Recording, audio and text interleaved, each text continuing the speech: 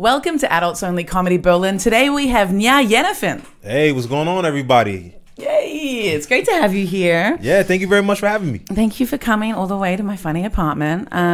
You are now based in Berlin. Yes, I am based in Berlin officially. Officially, that's so exciting. Yeah. And so I was starting to ask just before we started recording, on what like basis are you staying in Germany? Like, what's the visa situation? Have you got? Do you want to talk about it on a public? Yeah, I got it now, so I'm good. Yeah, yeah. If I ain't got it, I'm like, ooh, But no, I actually got it. So 3 years I'm here. So I have it as an artist, as a producer, and as a author. Fantastic!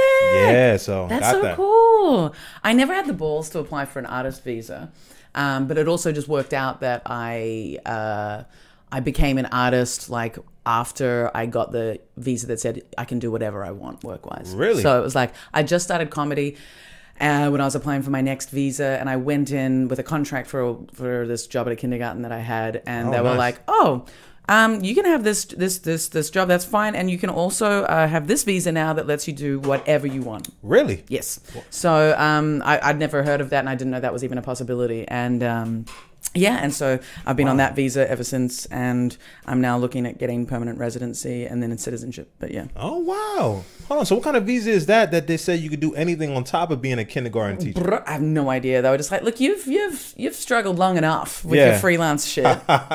So we're just gonna let you do whatever now because you've been paying into the system, and all your records are good. So yeah. Oh shit. Yeah, and maybe it was because I was working at a kindergarten, and that is like a needed job here, maybe. And so they're like, bitch is really helping. So I mean, and then kids are bad. So if you put in, that's your time, basically. I love kids so much, though. I often will, like, when I meditate or I just sort of have a moment of, like, relaxing, trying not to, like, think about work, my mind will often go back to the kids from this specific kindergarten that I worked at. Wow. And there was this group of kids that I just...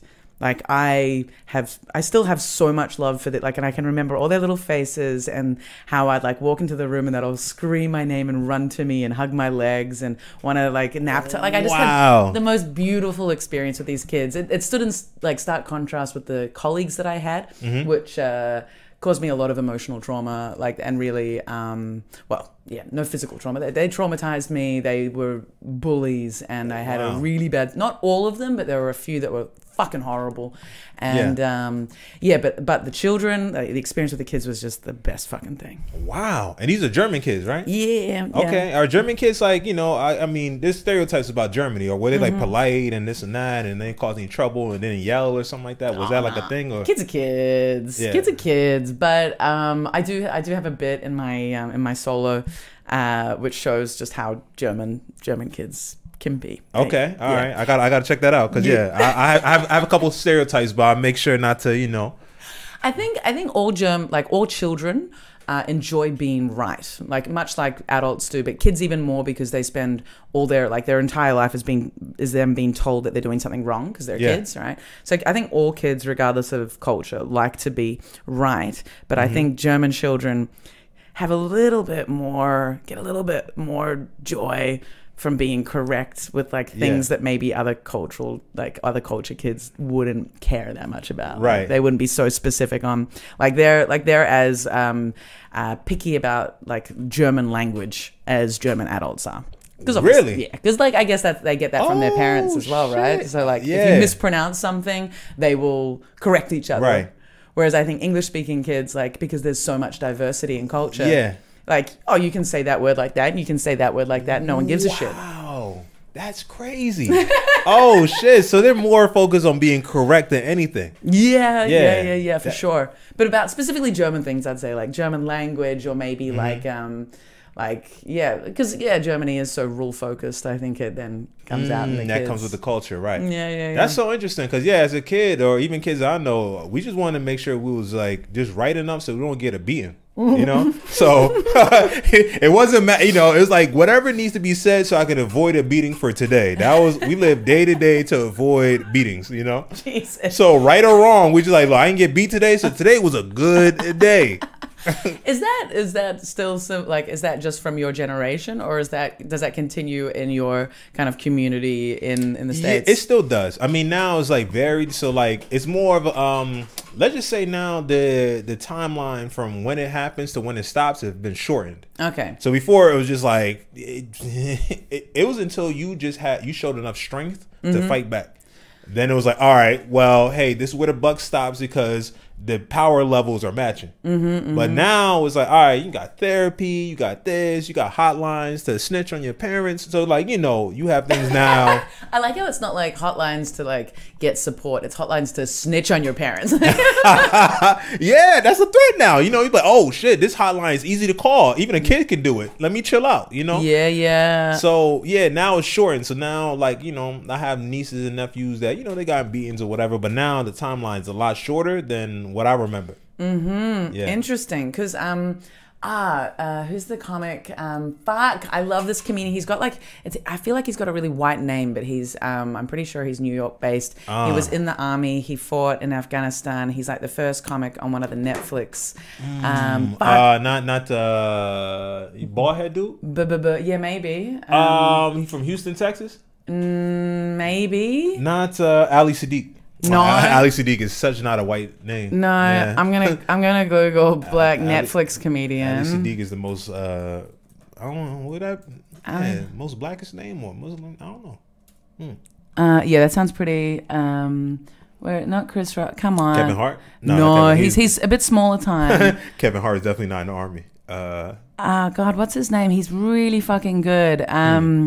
This is killing me. I'm gonna have to do this now because this is the second time I've referenced him. Oh shit! And he's got this brilliant bit on. He's got many brilliant bits. His bit on police brutality in the States is fucking amazing. Right. Let me just quickly check. Oh, this is not the right time to German do this, Netflix, okay. Oh yeah, I got German Netflix for sure. Oh shit, okay. Hunk on Earth. Yeah. All right. Whatever the fuck that is.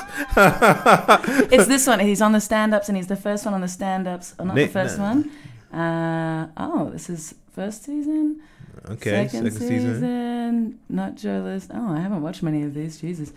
I am sweating, by the way. Are you finding Brian Simpson? Brian Simpson. Oh, you know what? Yeah, he has that. He has that joke about like how black people are treated like pennies. Yes. Yeah, that's yeah. Yes, he's such a good writer and like he's fantastic, and the vulnerability because he was in the army. But I bring him up because that's I think I've watched that like 3 times that on the stand up. So for those listening, it's season 3 of the stand ups on Netflix. Brian Simpson, fucking legend. Such good stand up. But his I bring him up because he's got this bit about his grandma beating the shit out of him. Oh shit. To the point where he was hospitalized. Ooh. Damn. You know what's crazy? Cause like those beating like that I say oh shit, but then like in the back of my mind I was like that's not it's not I won't say not far-fetched. It's like I can see that happening. Cause like there was just a time where like just beatings was just a thing. Like even my grandma, she used to make me climb up the tree to grab branches, so then she could beat me with it or something like that. And then, that is so brutal. Yeah, that tree had a lot of branches, man. I had beef with that tree for years. I was like, yo, why every season there's so many branches? You're like secretly like I don't know, like pouring lemon, like I don't know, doing things to try and poison the tree so it stops I'm pissing growing. on the side of the tree. I'm like, yeah, I ate a whole, a box of cereal and some milk. Hopefully you get diabetes and die or some shit. I don't know. And this shit still grew branches. Fuck. Climb up, grab a branch so I can beat you with it. And then like, what was okay, so I was definitely hit as a kid. Not a heap, but my dad definitely like I remember once he hit me so hard, like not so hard, but like for me, my level of stand, like I had this huge red hand mark on my butt for like for like a few days. Like that was as bad as it got. My mum would hit my brother with a wooden spoon. Yeah. This was a generation thing. Mum, we love you. My brother loves my mom. Yeah. We're all love good. you, grandma. Rest in peace. Yeah. Exactly. And look, like even my brother was a bit violent with me as well.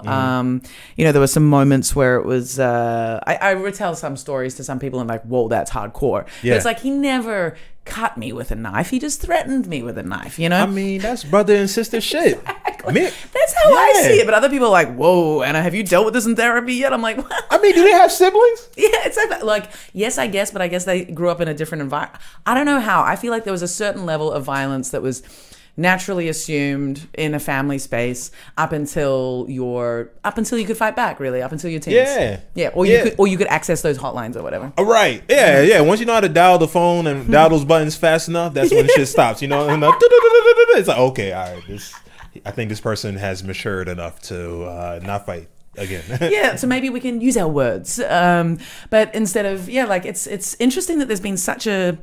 Well, it's interesting you're saying some people younger people or your nephews and nieces, there was still a window of kind of that culture, but then that stops.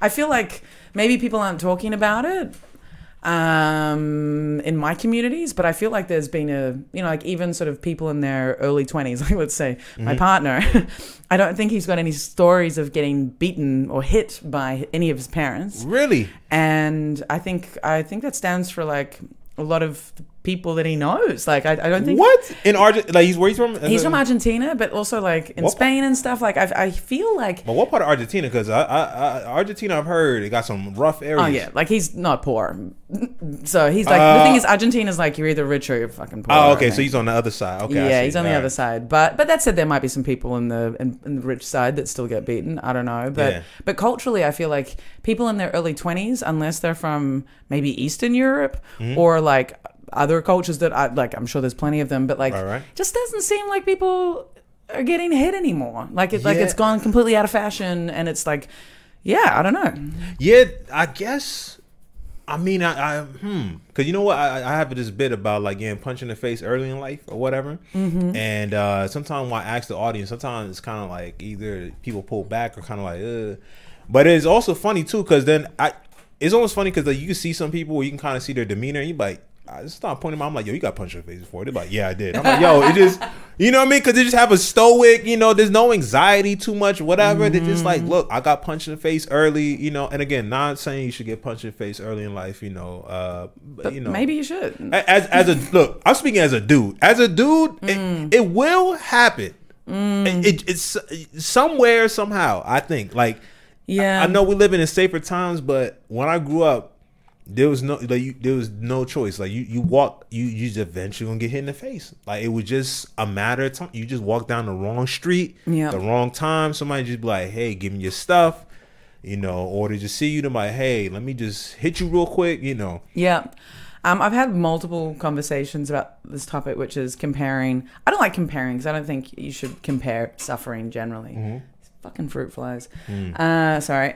You leave something in the bin for just 1 to 2 days, and boom, there's a million. And they just come out. It's like, what the fuck is going on? Like, come on, guys, so stop making me freezing to death right now. It's so cold now. Right. Fucking die. But I've mainly with partners, the argument that like whether or not like black men have been more oppressed than women, and I don't think you can say women because there's all different, like obviously black women more oppressed than black men, right? Like you can't, But in terms of like, and I'm not sure even like in what we're talking about right now, whether or not culture has anything to do with it, but being a man on the streets versus being a woman on the streets, just hearing like you say that at one point or other you're going to get punched in the face. Like I've just been dealing with a lot of moments of men threatening me on the street in the last, like let's just say the last week, but maybe like here in Germany. Oh shit. Yeah, it happens. Like they're very sort of sexually oriented, threatening actions done by men that are strangers. Oh, I'm sorry to hear that. That's Thank crazy. You. Yeah, it's like it's normal. Sadly, it is normal. Here in Germany, it's normal. Yeah. And they doing it in English or they doing it in German? Like, all these cunts haven't spoken any language to me actually. Did they make sounds? They made sounds. Yeah, they made sounds like staring. Okay, so there was this guy. Like it's often on the street or it's on public transport, and so in like public spaces. Yeah. And I had this one guy sitting like across the aisle from me, one seat ahead of me. Like I was on my phone and watching a video of like from a comedy show, like figuring out stuff, and I could see in my peripheral this guy kept turning and staring at me, and then when I looked up, he looked again and he was doing something with his face. And so I stopped the sound on my earphones and then saw him, and he was looking down at my crutch. And I was wearing jeans and my bag was sitting on my lap, right? So there was nothing to see. Yeah. But he was staring in the direction of my crutch and making noises like... and yeah. What? Yeah. And so when I heard him do this, I was like, I yelled at him in German. I was like, what? Like, what are you looking at? Like, fuck off. Yeah. And I actually don't think I said fuck off. I was like, was machst du? Yeah, like hör auf, like stop, you know. Yeah. And then I sort of continued to just be like, okay, what the fuck do I do now? And it wasn't that late at night, and the bus was like getting slowly emptier and emptier. Oh. And I was like, what do I do? And he sort of had stopped looking, but then he started again looking back, and I was like, getting closer to home. And then the bus driver's like, all right, final stop, everyone get off. And I'm like, this isn't my stop. And so I had to get out of the bus stop at like fucking midnight or whatever, and this fucking creep is like bouncing around on the street near the bus stop, and I'm like, fuck, what do I do? And I was like, okay, I'm gonna call a car. And I call a car, and then I get in the car, and I was just so fucking angry at how threatening this dude was, and he's just this total fucking psycho loser, right? Yeah. Like just a fucking piece of shit. And I just come from, you know, it's always that contrast when you've just come from having this very empowering night where you've, you know, like maybe produced a really great show and had really good feedback, and everyone appreciates you and respects you, and you've created a space for other people that's been good, and then you get onto a bus and all of that could just be fucked over and ended by one cunt who just wants to, you know, like rape and murder you, you know. You don't know. And it made me, but what was cool, what I realized once I got in the car, I'm like, actually, it was really great that the bus made us all get off, because had I stayed on the bus, then that dick could have followed me directly home, you know? So that was actually, I was like, that was actually maybe like a little God move there. Like, I'll take that. But and then like other moments where I'm just walking on the street and some guy like makes noises at me, and then like I stop and he like I turn around and he's stopped and he's staring at me and he still stares at me, and then he looks like he's gonna follow me, and I just have like a lot of these moments, and so like so I don't know, like just dealing with that level of bullshit, like I would totally prefer getting punched in the face by some random person. Like I would. And I've always said, like, on my bucket list is like being in a fucking fight, and I want to get punched in, like I want to get proper punched in the face. Like, wait. Yeah. There's a lot in there. Oh shit, my brain Yeah. my empathy thermostat is like on high, and he's gonna punch your face like he's like, whoa, what? Huh? Oh shit. Okay.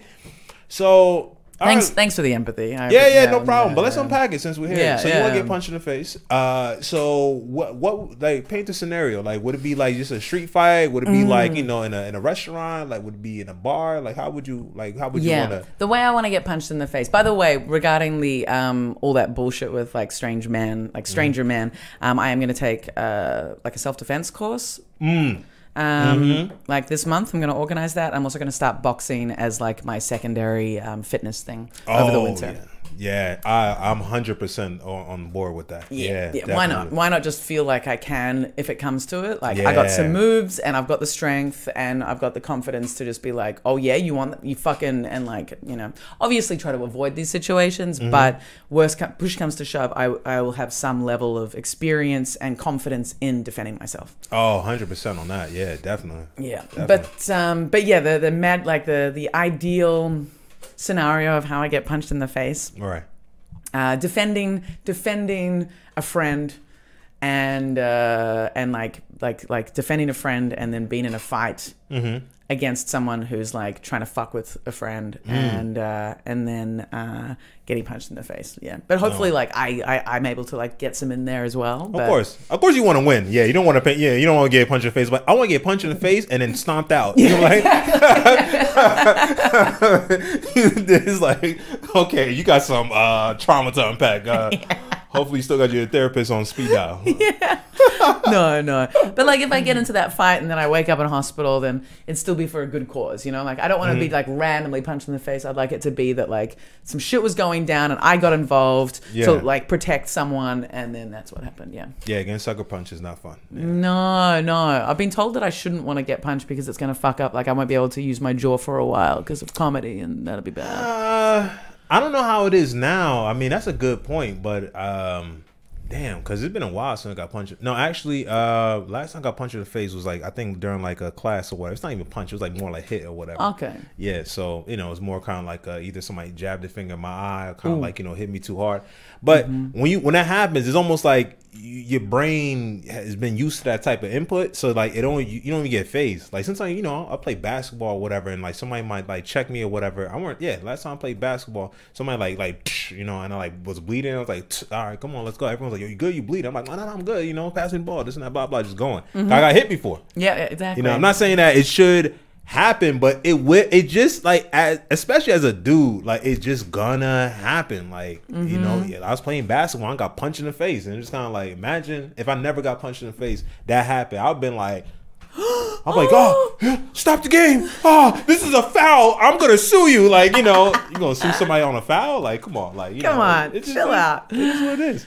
So when your earlier memories of, like, have you been punched in the face that often, or? Actually, not as often as my friends, you know. So I grew up in the area I grew up was not as rough. In today's term, it is still rough. But I had friends and family that grew up in rougher areas. So like, you know, getting punched in the face, that was like common. Like you just getting in fights was like a lot.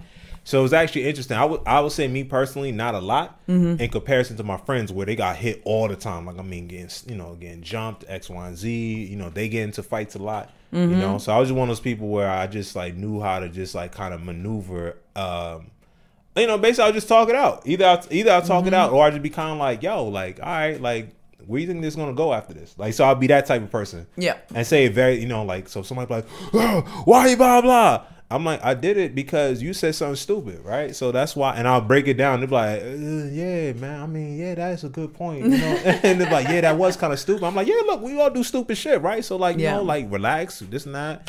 Yo, the corner store's still open. Let's go get some food. And like, oh, all right, yeah, you know. That's adorable. Yeah. Out of interest, where are these areas like rougher areas, and like where you grew up? Specifically, where were these places? Yeah. So I grew up in Jersey, New Jersey. So the area where I was in, it's called Ewing, and it's like basically in Trenton, New Jersey. I only say that because I know some people, they got like a little thing where it's like, oh no, you from Ewing, oh you from Trenton. It's basically, it's the same shit. Okay. Yeah. Where I lived right on the border of like the bad neighborhood. So which one's the bad one? So bad one is Trenton. Okay. Yeah, Trenton been on like, you know, murder capital of the United States or whatever. So it's like, yeah, bad. Shit. Bad. Okay. Yeah, very bad. And it's still bad. You know, like very bad. Ewing is like better, but like now it's kind of like Trenton people coming into Ewing, and like it is bad. And where I live was literally right on the border of Trenton. Okay. You know what I mean? Okay. So like it was enough to where if you want to go to the store, you're gonna meet some, you know, Trenton people, or like they might come into my side of the neighborhood and then, you know, do something. What's informing the violence or the bad people activity? I guess. Is it like, is there a lot of unemployment, or is it like is it gang stuff, or I have no idea. I mean, it did become gang stuff later on, but it was more like just. That's a good question though. I don't even know. It was just more of just the times, you know, like where, you know, a lot of people was outside, and maybe there was like, maybe opportunities wasn't there. You know, drugs was definitely around, so you had that going on. You know what I mean? But like, I think as younger kids or whatever, even up to teenage years, it was just a matter of just like, hey, I'm bigger than you. I want that shit. I ain't got it. So like, it was just kind of like off of just bored. Yeah, boredom. You know, I had a group of friends. One time I was walking, and some dude, I guess he was like drunk or whatever.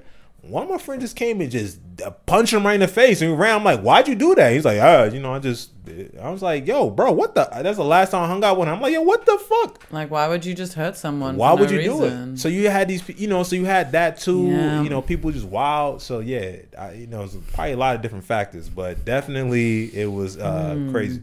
So yeah, okay. So you are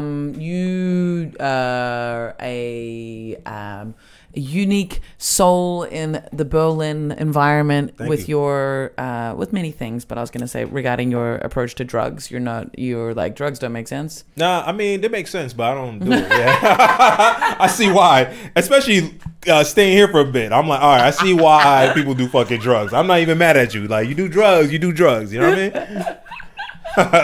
That's so funny. Do you drink alcohol? Yes, I do. You do drink alcohol. Okay, all right. Well, that's a drug. Yeah, I drink. Yeah, I got my specific type of alcohols that I drink. You know what I mean? Yeah, so I got my tequila, my scotch, my whiskey. Certain beers. Yum. So like, I do enjoy that, and I guess I'm.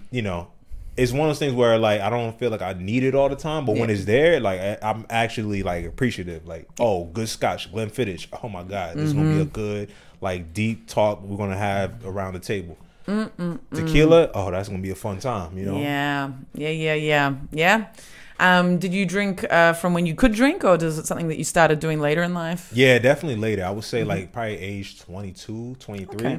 Okay. Because the States, it's not legal until 21. Yeah, but some people still drink like early. It was just one of those things where I didn't, and then I remember.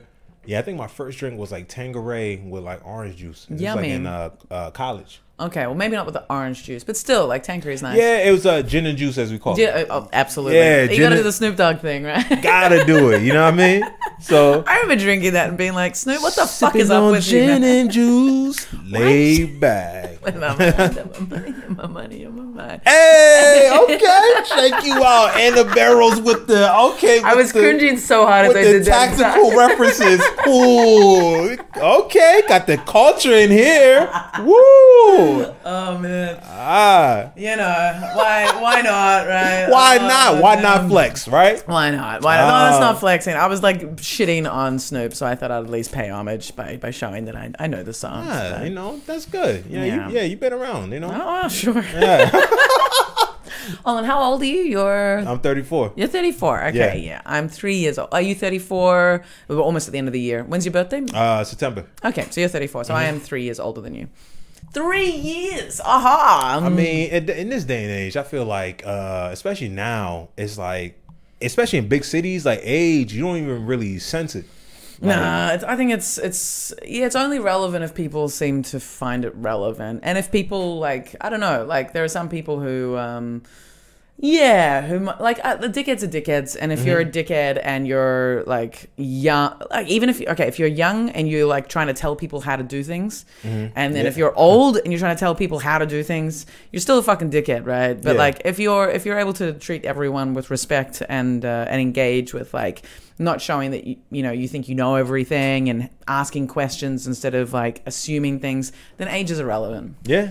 And I feel like when you do something you love too, or something where like kind of energizes you, it almost like you don't feel it and other people don't even sense it either. It becomes non-relevant. So look how many people that are like, we see their age and you're like, yo, you how old? Even though they've been in show business for a long time. Like a Samuel L. Jackson. Somebody hear him like he's like in 70s. You're like, yo, what? He's 70? And it's like, bro, he's been around since the 80s and he was old in the 80s. Morgan Freeman. Morgan Freeman's 90 years old? Yeah, yes. He's 90 now. I think so. Fucking hell, yeah. I'm surprised he's still not 100 years old because he's been in the game. Like he's been in the game a long time. He came in early 90s, still gray hair. So like imagine you still shocked like, oh, he's 8. Whoa, he's 8. What? Yeah, no. You know? It's so true. It's so true. And it's also good to remember that all these, like so many people got famous later in their life. Yeah. We need to remember that because it's like there's most authors don't get famous before 40, for example. I did not know that. That's crazy. Yeah. And I know that's about authors for sure, but a lot that and usually you might be a child actor or you might get famous early, but sustaining that is a very different thing to having worked towards and on a craft and then getting recognized later, and then already like at that point when that happens, that means you've got this whole history that supports you maintaining that momentum and staying, I guess, kind of relevant and important to the industry because you are experienced. Yeah. Yeah. And I feel like also fame won't affect you as bad when you're, because you just been around, shit, you know yourself. You be like, all right, like, yo, sleep becomes more important. So you're going to be, going out your mind, fucking 3-4 o'clock in the morning as often. Totally. Right? Yeah. Totally. Like, I think anyone who gets really famous in their early 20s, like, that's got to be so hard to sustain because you haven't figured out your relationship with substances.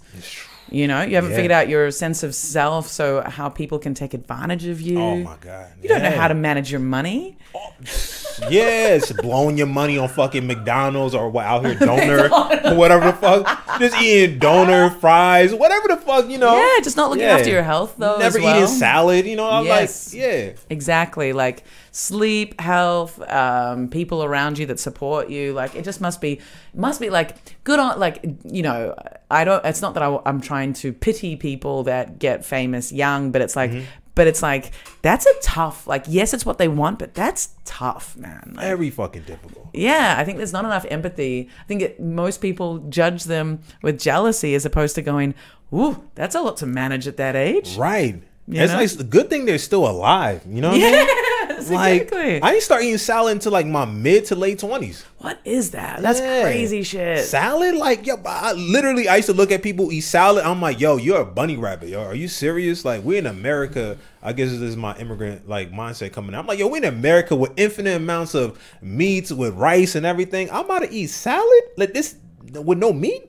That's crazy, but like, yeah. Now I eat salad. Now I don't know. You got it. In the States, you got sweet green. Sweet green. That's shout out to sweet green. Very good. I've witnessed you eating salad, so I will corroborate the story. There you go.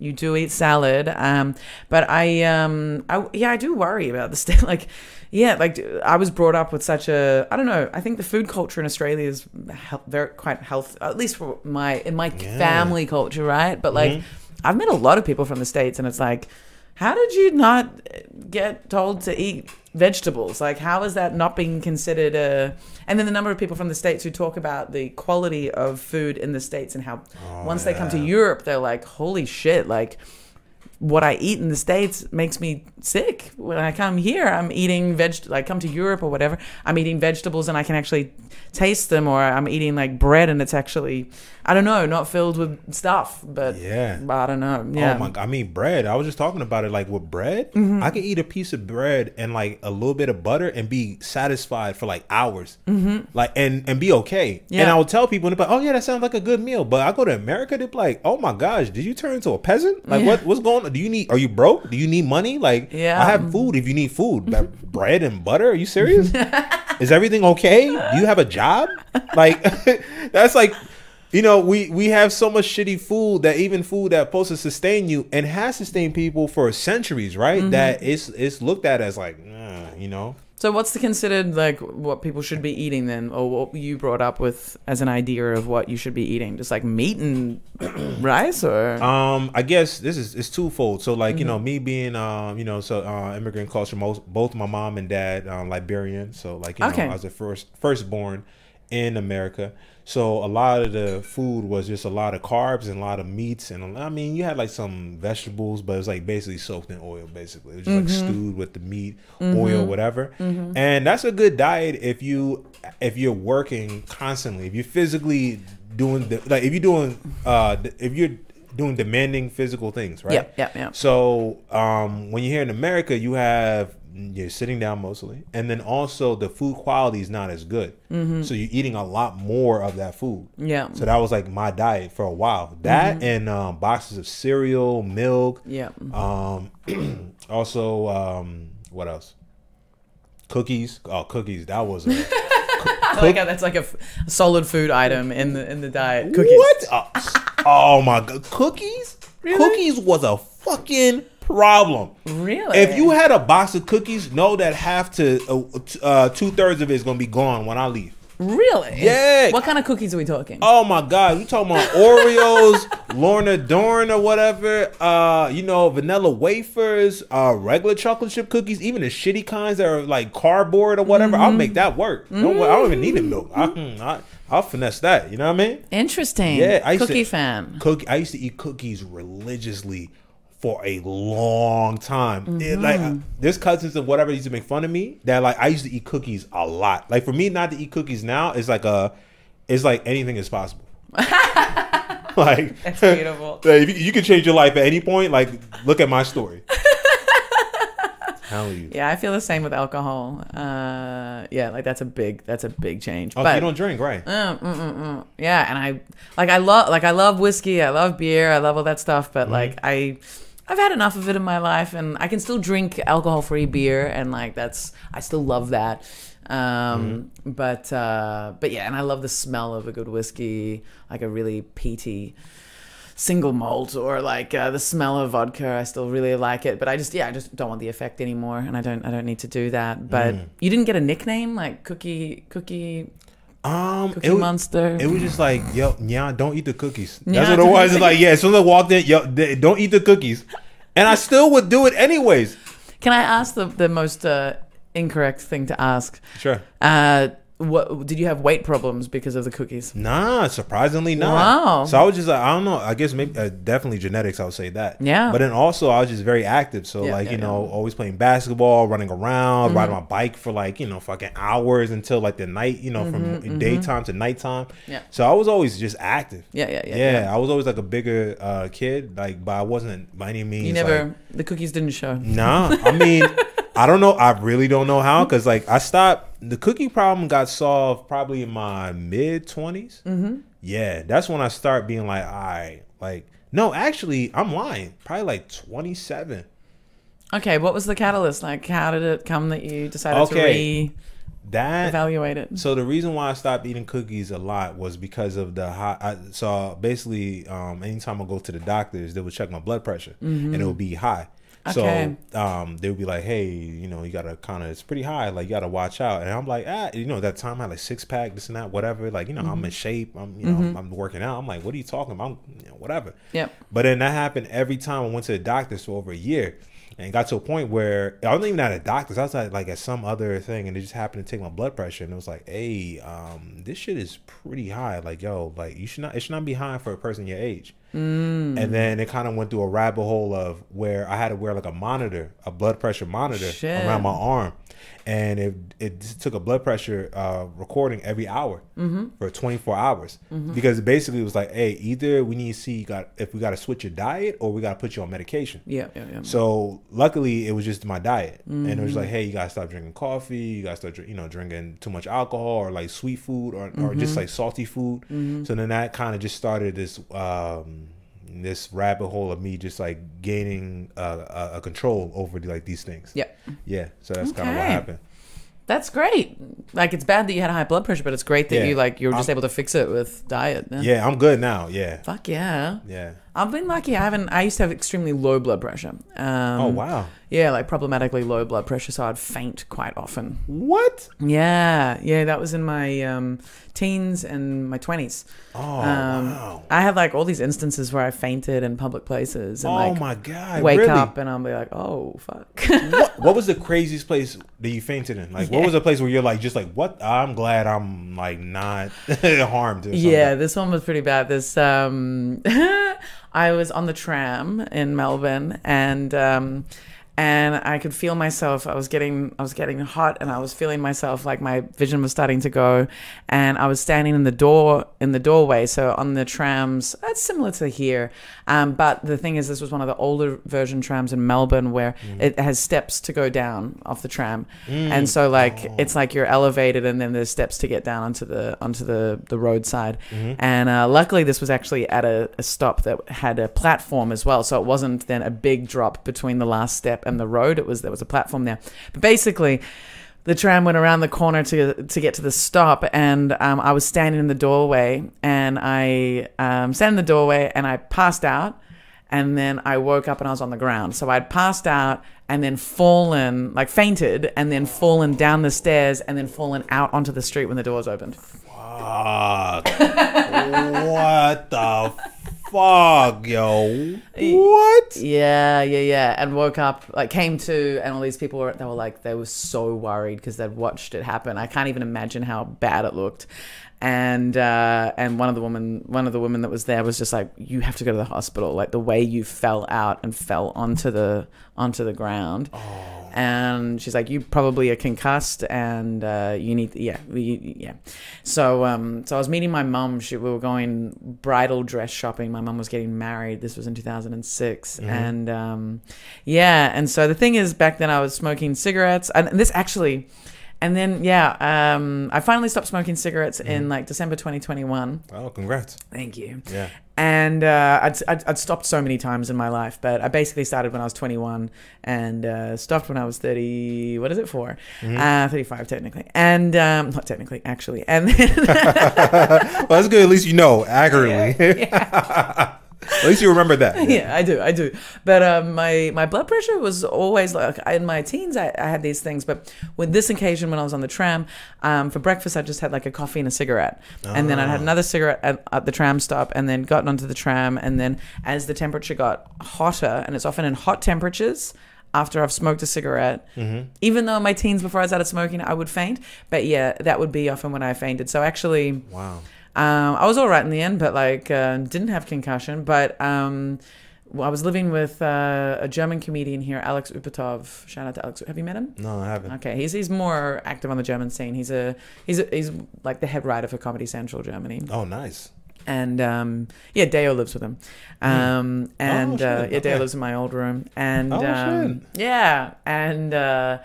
and Erica was living in that room before me. So if you know Erica, anyway, the shit, y'all connected. That's dope. Yeah. This community's tight. But I was having breakfast in the kitchen with Alex one morning, and before I went to my nanny job, and it was like, I don't know, I think it was like midday or something, and we're just eating breakfast, and then we're having coffee, and I smoking a cigarette, and then I wake up.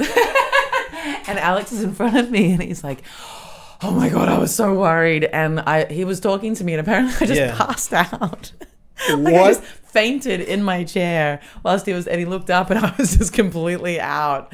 And he was like trying to wake me up for a while. And you wasn't waking? No, I was. Oh, God. Completely fainted. Is this dude a white dude, black dude? White dude. Oh my. Yeah, if I was a black dude, you fainted like that, I was shaking, you wasn't waking up, I'm like, oh, my visa is fucking gone, yo. Right. Oh, damn. They're going to think I fucking concussed this girl over here. Right. This black man has superpowers. He just black magicked her. Oh shit! Yeah, wow. That was he was really worried, and it freaked me out too because it was like I was in good health. I was like, but that one really freaked me out. I was just like, shit. It just was so quick, and I was completely out. And then it was like, all right, well now I'm gonna ride my bike 40 minutes in the heat to go to my nanny job, and then I was like, okay, maybe I'll catch the train. Wait, and so you during this time, you was riding your bike too? Yeah. And did you ever, so you don't pass out when you ride your bike? No. You're in motion, I guess. Yeah, never. And I think that's because there's air and there's movement and it's fine. Wow. You know how good your friends are to still stick around with you? Like, just you passing out and shit? Like, if you did that, I would have to question how valuable you are as a friend. Why? Right? Because think about it. You ready to go night out in the town, right? Y'all getting ready, X, Y, and Z, and then you pass out. It's kind of like, all right, maybe you had too much to drink. I get it. All right, cool. But imagine this is the 5th time this is happening. I'm be like, yo, let's just grab coffee. And then that's as far as the fun we're going to have. Because we ain't about to be standing in line for a club, and then you start passing out. It never happened that regularly though. I could probably count on 2 hands how many times I actually fainted. But all right. So it wasn't like all the time, but it was maybe 3 times before I was officially an adult, and then maybe in my 20s, maybe 3 or 4 times, maybe. Okay. And then in my 30s, I guess only that 1 time. So not all the time, but just when it happened, it was whoa, okay.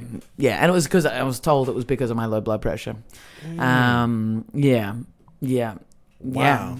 That's okay. That's good that you mentioned that, because like I had an assumption that was like a very often. Like, okay, no. So I'm not saying that's better, but no. But it is better. Like if it was like a regular like I was just this fainting person. Like that would be that would be how did you survive? Like right? You should write a book if that was happening. How did you keep a job? Yeah, for real. Yeah. Up, she's gone again. Fuck. Yeah, it's like all right. Take the kids out the room. Put a sheet over her head until she's awake. No, it never happened at any of my jobs actually. Yeah, which is interesting. I'm just like scanning through, like never at work. Yeah, but okay, so that's good. Yeah, all good. And it just seems to, I think smoking was the catalyst for any of the times in my 20s, or heat, just like a sunstroke. Like if I've had too much sun, then it can happen. But yeah. Yeah, I haven't talked about that actually. That's funny. My fainting phase. Damn. Yeah. We all have phases, right? You fainted and shit. Yeah, you had your fucking high blood pressure from cookies. There you go. Yeah, like a dumbass. I used to fucking just clear out a whole box of Oreos within a day and a half, 2 days. Sometimes a day or a day and a half. How many is in a box? I don't know what a box of Oreos looks like. So that's like, is it maybe 32? 32 cookies. 32 cookies. That's a lot. I used to grip this. How I used to grab cookies. I used to grab it like this or whatever, like this right here. Yeah. So you could fit like about a handful. That's like 1, 2, 3, 4, 5, 6. Like 6. 6 cookies. Yeah, that was my original. I don't like. I'll grab one, but that's like I'm basically playing around myself. That's like foreplay to my own gluttony, right? I'm just like, and I'll do this like 5 more times within a minute, and it's like, all right, what am I doing? Grab the. Fucking hell. Yeah. And then, but with those 6 cookies, you would just eat one at a time? Yeah, like literally just like peanuts, but like in my hands. So wow. That's a high intake. Shit. A lot. I'm talking about I don't know how I don't have diabetes. I really don't. Well, it's good that you stopped. Maybe if you continued, you would have had. Yeah. Like I should be missing a foot right now.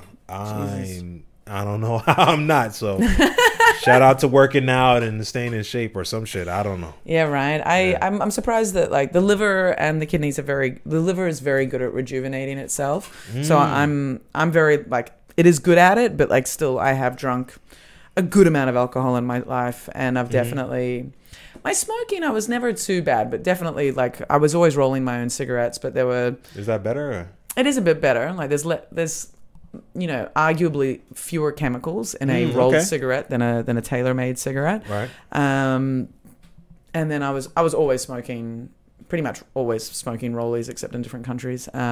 Visiting or whatever. But yeah, so the most I'd ever be smoking was like 10 a day, let's say. But that's still like a lot, That's like in a pack. How much is in a pack? Like. Well, if I'm rolling, like 10 cigarettes would be maybe small, very little. And like I was always roll like quite thin cigarettes as well. All right, so you had a management on it. Kind of. But I think even like if you smoke, then you're not managing it, because you should. He's still smoking. Right? You shouldn't be fucking smoking, man. Like it's such a dumb fucking drug. Like it's the dumbest. Like I think smoking's the dumbest drug, then alcohol, and then alcohol's a little bit more social, and weed as well. I think is a dumb drug. Oh, you don't smoke weed either? No. I stopped smoking weed in 2020. Wow, what made you stop? A few things. I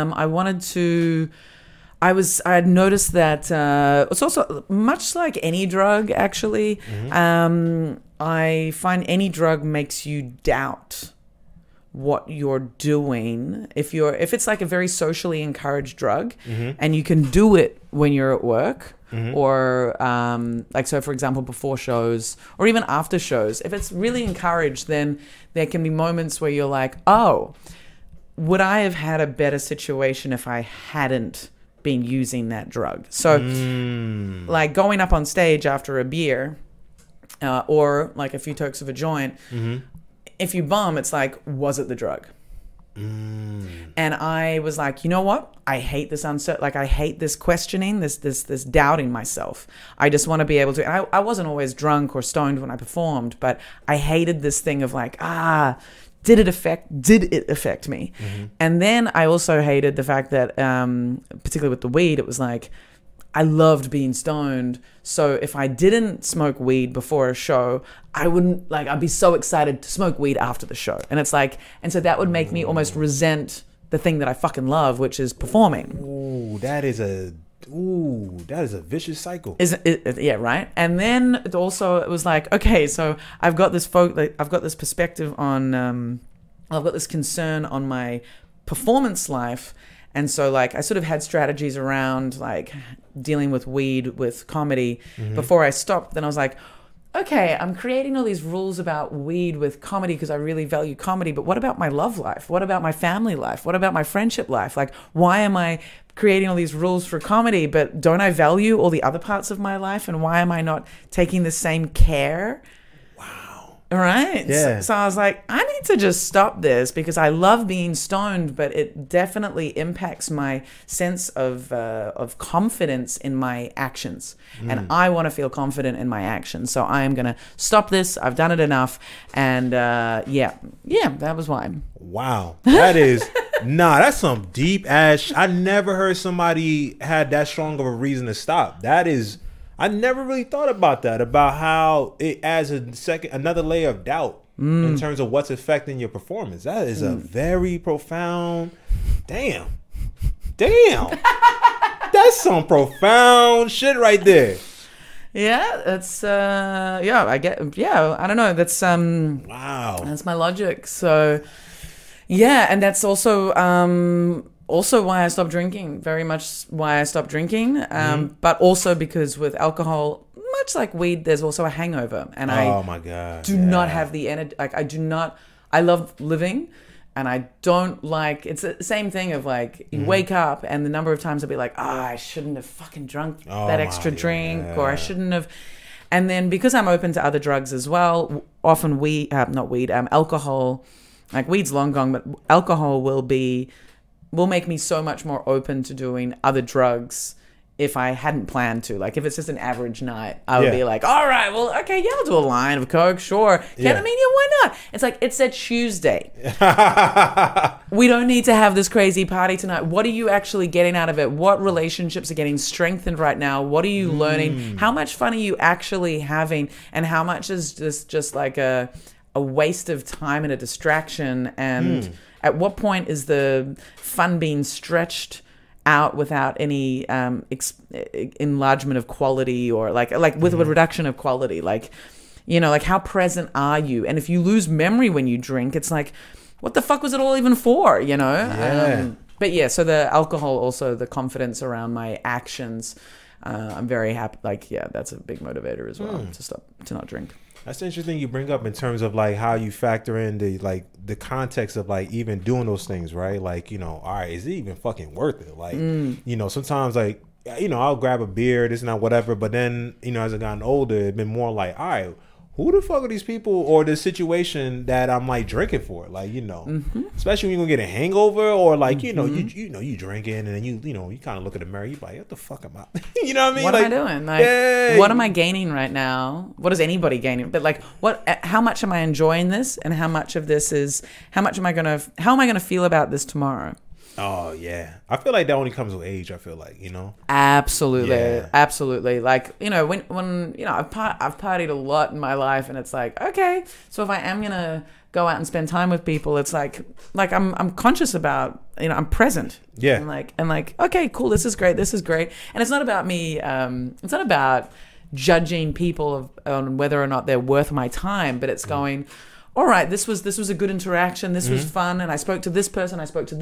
And we had a good, loose chat on jokes or whatever, or love life or whatever. That's nice. And then sort of starting to wind down, and it's getting late, and it's like, all right, I could stay, or I could go home and have a good night's sleep now, and have had like a good social interaction and go home and feel happy in my decisions. Yeah, when you get that good sleep, you ever get that good sleep in the face of like where you can stay out longer and you wake up the following day, you be like, whoo, damn, I betted right on my life. Okay. Absolutely. Or when you leave that person's house instead of staying the night with them and you're like, oh my God, so much better. Yeah, you go back to sleep, you wake up, you're productive and shit. You're like, oh my God, y'all almost missed this opportunity to like enjoy life at its highest level. Exactly. It's getting that sort of selective, being a bit more selective in how you're spending your time. And so the drugs that I do take now are drugs that like you know, maybe if I do have like after a show and everyone's hanging out and getting a little bit wild, I'll take a little bit of ketamine or a little bit of cocaine, but they're the kind of drugs that like you do one line, and if you want to stay out, you might do another, but you're also like, it's not the kind of drug that makes you want to do more of it. Oh, really? No, not without alcohol's the drug that propels every other drug. You know, I always assume people that do coke or whatever, because it's like such a short high. I hear that like people do just a lot of it or something like that. But I guess the alcohol is probably like a main catalyst or big catalyst of doing a lot more. Absolutely. If you're just doing cocaine sober, you'll do one line, you'll be like, "Woo, I'm awake," and da da da da. But because you're quite alert, you will go, okay, well, this has been good. What's engaging my interest here? That was funny. Do I want... No, I might go home. Oh, like, shit. I very rarely do more than one line of coke. I very rarely do coke, really. Like, maybe not compared to, say, you. Right. But, like, maybe I'll do coke once a week or maybe once every twice a week. And it'll be, like, one line. And then I'll be like, yep, that kind of, like, sharpened me up, kept me present. And then it brought me, like, I could stay out a bit longer and be social. But then I'm done, you know? Like, oh, shit. I never heard somebody break down, like, their use like that. You know what I mean? That sounds bad, not use, but like it is use. Yeah, we use these drugs. Like it's a very, I'm very, what's the word? Like I'm doing this very consciously, and like there's a strategy to it. Right. Yeah. No, that's crazy. I've been assuming the whole time people that do cocaine just do a lot of that shit. Just kind of like, I need more because that high is short. But that's interesting. I never really thought about that other side of it, you know? Yeah. Well, like there's a lot of people that don't use it in a conscious cocaine use. Yeah, get fucked down. But like, it's like, you know, it's that is how I don't think it's an amazing, like I don't think it's not my favorite drug, and I don't use it that often, but ketamine is a lot more like it loosens you up, and maybe I'll have like 2 lines in a night when I'm socializing, but then like a lot of people, like I've had dates and like also friends that are like, oh, but you get home and then you do another line, don't you? And you like to like feel a little bit out of control at home, and I'm like, no, actually, when I get home, I have like after a night socializing, I get home, I don't want to do any more drugs. Yeah. I'm enjoying having a cup of chamomile tea and winding down and going to bed clear. Like I don't want to. I can't go to bed high. Like I don't like going to bed high. Like I don't, out of control in your own place after you come home, Like I will, don't get me wrong, I will, if I talked about, I wanted a whole night where I could just work on my website without any time restraints and and get it done. Like I absolutely took drugs whilst I was doing that to like feel engaged. This is what the people need to hear, you know? Because, you know, sometimes this productivity shit is like, oh, it's about on your mind, isn't that? It's like, nah, it's fucking drugs, you know what I mean? Well, like, seriously, that is some dry shit, working out how to manage manage a website building, you know, project. Like, that's not my field, and like figuring it out. And it's like, what's going to make this fun? Let's play some tunes, let's do a little bit of ketamine, and like just do it in my own time, and get like, not doing ketamine in order to lose control, but just to make it a bit more interesting. Yeah. And so like that night when I was doing it, I took maybe 2 or 3 lines. I was finished at 4 a.m. But it made it kind of like a fun time. And I, you know, like I'm not wanting to go to bed high. Like I enjoyed doing the activity a bit high, but like it's not about feeling out of control. Yeah. Right. Yeah. I mean, and you was productive, right? So at the end of the day, like how harmful really was it? You know what I mean? At all. And like you got shit done. And there's no hangover with that shit, man. So really? It's just like you sleep 8 hours, you wake up, you're clear. Oh, I've been hearing this about ketamine, that people don't have hangovers or something. That's why a lot of people do it. Well, the thing is, a lot of people get confused though, because most people don't do ketamine without alcohol. And so ketamine's not going to remove the alcohol hangover. But if you do ketamine just by itself, you're not going to be hungover. No, there's no hangover to that. No. Wow, that's crazy. And also, like after an hour, you will feel completely sober after a line. Like you will, That's crazy.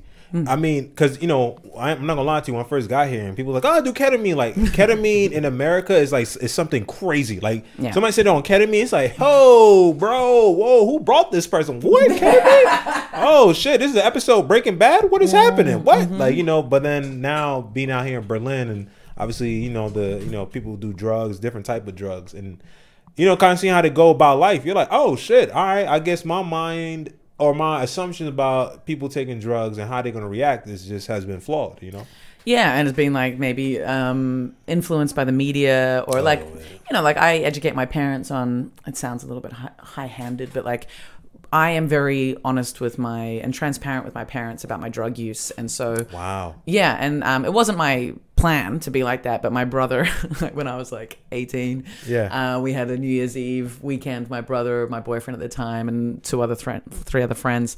And when we got back from that New Year's Eve weekend, my mum spoke with my brother, and my mum called me straight up and she was like, "What are you doing buying drugs and giving them to your brother?" My brother's 5 years older than me. And I'm like, I called my brother. I'm like, "Dude, what did you tell mom?" And he's like, "Oh, that you had pills and that we took pills." I'm like, "Dude, damn it, what the fuck? What are you doing, man?" And so that, as much as that wasn't ever my plan, that started a really open discussion between my mum and me about drugs and what they actually do, because all her information about drugs was informed by the media, which is sensationalist as fuck and like not accurate. And it's like, if you do MDMA, you will get holes in your brain. Dude, that's not how it works. If you do insane amounts of any drug, you will physically damage yourself. But like, it doesn't mean that like one pill is going to put holes in your brain. And so I've spent, all of my adult life telling my parents about the drugs that I take and assuring them that I'm being safe and explaining what the effects are and how I am careful about it. And like they've learned a lot. But like I research drugs. Like I'm not going to take drugs without knowing what the fuck they're about, Right. So it's like, the media puts out all these things and it's like, well, I wonder how much of this is informed by the fact that the government gets tax money from these drugs, but they don't get money from these drugs. Yeah. So what's influencing this level of what's the word, like terror and like fear mongering around certain drugs, Yeah, all political, Exactly. Yeah, look at fucking the opiate crisis, right? With the Sackler family and what's the name of the fucking pill, whatever, that had like same remnants as heroin. I forgot the name. I don't know, but I know that Oxycontin. Yeah, Oxycontin. Yeah, that's like a huge thing. Yeah, Oxy's. I haven't tried it. I'm super up for it. Well, you missed your window, because now I think they kind of like, I don't know. Honestly though, like Oxy, like, and all those ones that are kind of what's the word for them? What's the word, like heroin based? Opioids. That's the word. Okay, opiates. I don't really like the effect of an opiate. Like they usually make you quite sleepy. Yeah. It's not particularly social. You might feel euphoric, but you're not really with it. Right. And so I don't like any drug that's like antisocial in that way. Have you tried it before? Unintentionally, I have tried. Dang. I have had some pills that have had like a bit of kind of heroin in them. And I think, because I've noticed how people are reacting, and it's the same kind of reaction as what I've seen like heroin users you look start like. leaning and kind of like, like you gotta... Yeah. And it's like, okay, I don't... And so I have consumed it incidentally, but it's never been something that I've wanted to experience. But also the opioid crisis in the States is just so fucking political and so fucked up, like how Big Pharma has done that. I mean, now it's places like like say in Philadelphia where like literally like blocks are like filled, or you try to go to the train station, there's like literally 50 people like on heroin, kind of like just like nodding and like this or whatever. There used to be streets where you're walking, you can see in the distance like what you're walking towards. Like you see people, people just strung out. They're like zombies, man. Like heroin users look like zombies, and that is some unattractive shit. And it's cheap, so people can do it, and then like once you mainline it or basically putting it into your veins, that's it. That's a wrap. Well, I think the thing is there's some great TED Talks around addiction. I think we talked about this a little bit, maybe like one of the first weeks, like in the first month that we met. I remember this conversation. Yeah. It's probably, I think it was at Medusa, but just about how, like if you're wanting to be absent from an active life, and you get to the point where you are mainlining heroin, then that is because that's the easiest way you can feel something that's enjoyable. So of course it's going to be addictive, because like if you're already at that point, then you're just looking for that feeling and that like escape. Yeah. And that's I think obviously goes hand in hand big pharma giving out all these prescriptions and people accidentally becoming addicted to opiates, but also there's the structural, like, social issues of people being open to being addicted to things because they're not feeling good, and maybe that's because of a lack of like mental health care and like community sort of like sense of, you know, safety and community. I don't know, like I'm no expert, but like people get addicted to things if they lack community, basically, and they lack a sense of community bonding. I mean, that's a good point. I think that's one that gets lost a lot. I never even like, as you were saying it, I'm like, oh shit, yeah, mental health and like, you know, some of these escapisms or whatever, like that is a fucking factor, you know, because that shows up in many things. Fuck yeah. You know, people move, you know, to places and you're kind of like, what are you doing here? You know, like, oh, you're running away from something. All right. And Berlin is a great city for that. Oh my God. Yeah. You know, you got people, I don't know where, you know, I mean, I haven't been out here long, but I'm pretty sure people, you know, kind of do certain things. It's like, yeah, man, you want to do this and this night? Like, nah, man, what you got going on tomorrow? Nah, man, this is where it's at. He was like, this is where it's at? I mean, come on, bro. It's like, the weekend's over. Like, yeah. Yeah, there's a lot of unhealthy drug use in the city. But I'm assuming, so I don't know. Yeah. But yeah. But we should wrap it up soon. Okay. In the next few minutes. But is there any topic that you were thinking about? I might just quickly throw out if there's anything that you want to bring up. In terms of what is it? Anything. If there was any topic that you were like, oh, I want to talk about this with Anna. Nah, I mean, we talked. We went deep into some shit. So, we did. Okay, so then I've got a couple of questions that are just more slightly on the adults only stuff. Okay, are you dating in Berlin? Yes. Yoo-hoo! Yes, I'm dating, yeah. Are you on the websites or are you like hustling in the streets? I like the websites. What is this, eHarmony? Are you on the websites, huh? Are you on MySpace dating? Did I say websites? Who's on your top 12 on MySpace? Yes, did I say websites? You said websites. Play this shit back. You just said websites? Yeah, nah. Apparently, I'm not dating right if I'm not on the websites. I'm not on eBay, Kleising, whatever the fuck. Yeah, that's all right. Yeah, www.nyaLookingForLove.com. There you go. I have my own domain. Look for it. I said websites. I'm gonna stick with that. That's my new. Are you on the websites? Yeah, which one? Huh? The websites. Has anyone ever opened Tinder on a web, like on desktop? Oh, I think you're in a different type of pain. If you're on a website I don't swipe. I click. I feel like if you click on someone's profile, that's a different type of choice you're making. Right. Than swiping. Arrow keys. Yeah. I use the arrow keys. Please make this work. Please make this work. This needs to work. Please. Click cost per click on my Tinder profile is cost per click. Shit. Cost per clip. No.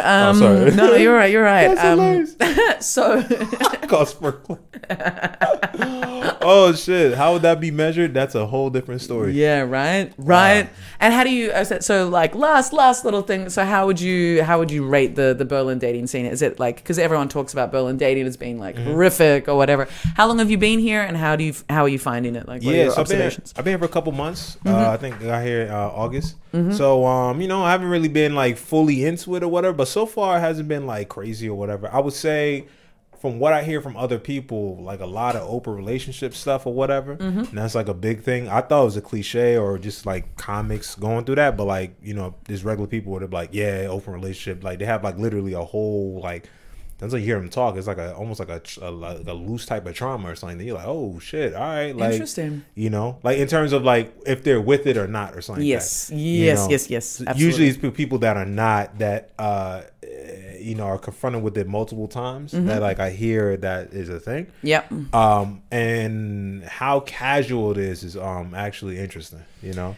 Yeah, there is a casualness to the Berlin dating scene that's very much like, but how would you describe that? Because I can absolutely relate. Yeah, I mean, again, I haven't been confronted with it yet, like, you know, so it's just from what I hear from people, it's like because at first I would hear it and people would be like, oh, you know, this what Ludwig or whatever, he had like that thing about his kink is, you know, monogamy, and like people are laughing. I'm like, well, I'm like, all right, and then like hearing people's jokes or whatever about it, it was like, is this a comedian thing or whatever? Then talking to other people, I'm like, oh shit, so people just be coming, you know, through the front door, like, hey, open relationship, like, you know, not even trying to like finesse it a little bit or being like, hey, I was wondering. Yeah, let's have a conversation about it. It's like, hey, we're open now. It's like, oh shit, like we're open for what? Business? I do wonder though. Also, the apps do push you towards that. Like I know Hinge, for example, will ask you like what relationship form you're looking for, and so people can actually write that. So I don't know if that pushes people into having that in the conversation immediately. But I know I moved to Berlin. Like I moved with I'm never doing a monogamous relationship again when I moved to Berlin. And like the relationship I'd just come out of was not monogamous as well. And so my idea was like, I will never do monogamy. And then all the relationships I had were monogamous. Oh, wow. For the first 4 years. Not because that was what I wanted, but it was because what they wanted. I was like, okay, we can give that a crack. Yeah.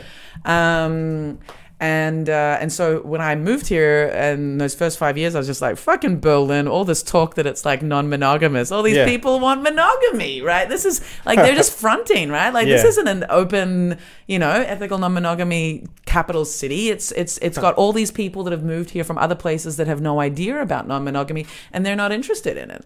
So I felt like I'd been, what is it? Like shortchanged or something. Yeah. Interesting. But it has since changed a bit. And also, I think, I don't know, and I've also just like educated myself a little bit more on the types of non-monogamy I want. And so the conversation's a bit different when I do have it. And and I don't know, but like, but definitely there's also a lot of people who straight up say, no, just monogamy. Yeah. Yeah. And yeah. So it's much more in the conversation, I think, in Berlin than other places though. Like, yeah, because that was like one of the first couple things that I've learned, like not learned, but people was telling me about it. Like a lot of people be fucking this and that, drugs. So I was like, wow, really? Damn. This is my first place I've been to that like that was the first things I heard about. You know what I mean? And it was like, oh shit. Which, you know, again, like, you know, no judgment on it or whatever. No, you know what I mean? So it's super interesting. Yeah, how do I want to end it? I don't know.